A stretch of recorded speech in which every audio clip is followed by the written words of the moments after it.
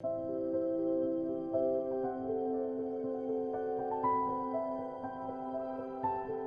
had an interesting childhood. I was born in Little Rock, but lived in Russellville. When my dad left to go to the war, World War II, of course, the next thing I knew, Mother and I were invited to be a part of the ships going to serve as ambassadors, the family of the service people that would have to remain for occupied Japan. And my dad was one of them. So we went over there to live a year. It was an amazing experience. I really learned how to be in another culture. So at an early age, I had matured in that area sooner than I would have normally. And the only thing that was sad when I was in Japan was that they wouldn't let the children play together. I stomped my foot and turned around in a huff and puff and said, when I grow up, I'm going to make sure that children of all colors can play together. Wanting everybody to play together and from every country really led me to wanting to do global work.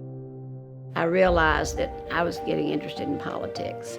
I was very fortunate because I began to know a lot of people in those circles, and when Bill Clinton was elected governor, I was asked to serve in the campaign because I had served in the David Pryor campaign and we'd been successful. I served as head of Parks and Tourism. I was delighted to do it.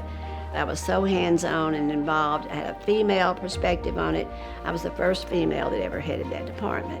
So I wanted to be creative in that field, and the tourism people became more creative as well. They got really interested in things. While I was there, head of that department, we doubled the impact on Arkansas's economy. I loved the mission of heifer so much that it was a brilliant idea. Rather than give a child a cup of milk, to take a cow and give it to the family and then pass on the gift. Wow, how beautiful is that? I was contacted about the heifer position. So you know what? I've always wanted to know more about heifer. I think there really should be a big part of what our tourism industry is, frankly, in our education system. So I'd love to do that.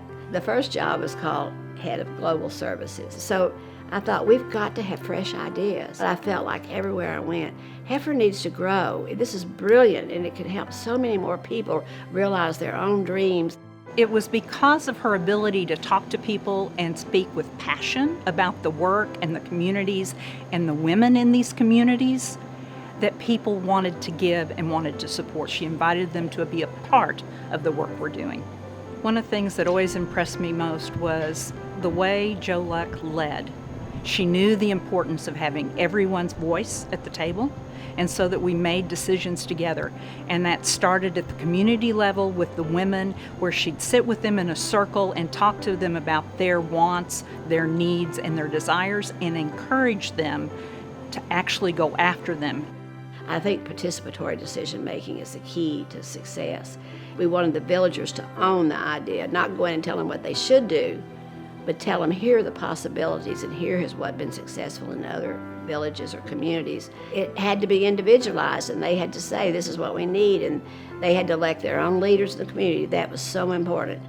Jo Luck was so passionate about the work that Heifer was doing to help millions of families lift themselves out of hunger and poverty, that through that work, she received the most prestigious award available to anyone in the non-governmental organization sector, and that's the World Food Prize.